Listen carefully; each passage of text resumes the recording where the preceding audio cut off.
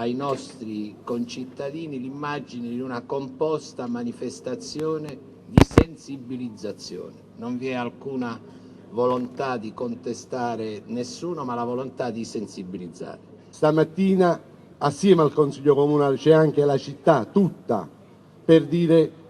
che il decreto va modificato. Che anche qualora il governo non dovesse accogliere nemmeno un emendamento, anzi diciamo pure ce lo vogliono anche peggiorare questo provvedimento ammazzacomuni, noi abbiamo una grande forza di grande capacità di autonomia, che non è l'autonomia di chi voleva dividere il Paese, è l'autonomia di chi ha una grande dignità, ha una grande forza, un grande coraggio, una grande passione. Ecco perché noi oggi vogliamo mandare anche un messaggio di grande unità al Paese. Caro Governo, care forze parlamentari, guardate con attenzione i nostri emendamenti, non sottovalutate il nostro allarme, perché noi ogni giorno guardiamo la rabbia, l'indignazione, la tensione sociale di gente che ci viene a parlare perché sa che non parla a un muro di gomma, anche quando sa che noi oggi non possiamo fare in molti casi nulla per risolvere quei problemi. Ascoltate, perché questo è il grido di chi vuole tenere unito il nostro Paese e che ama la giustizia sociale,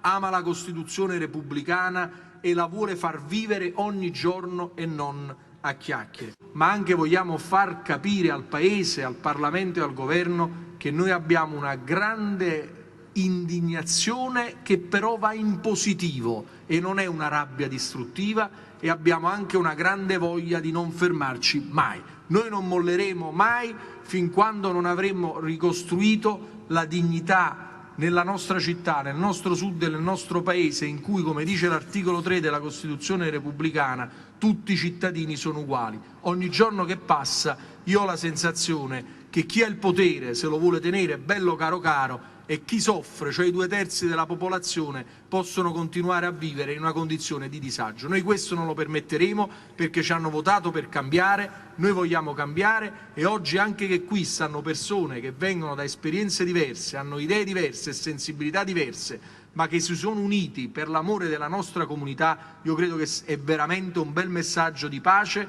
e di solidarietà.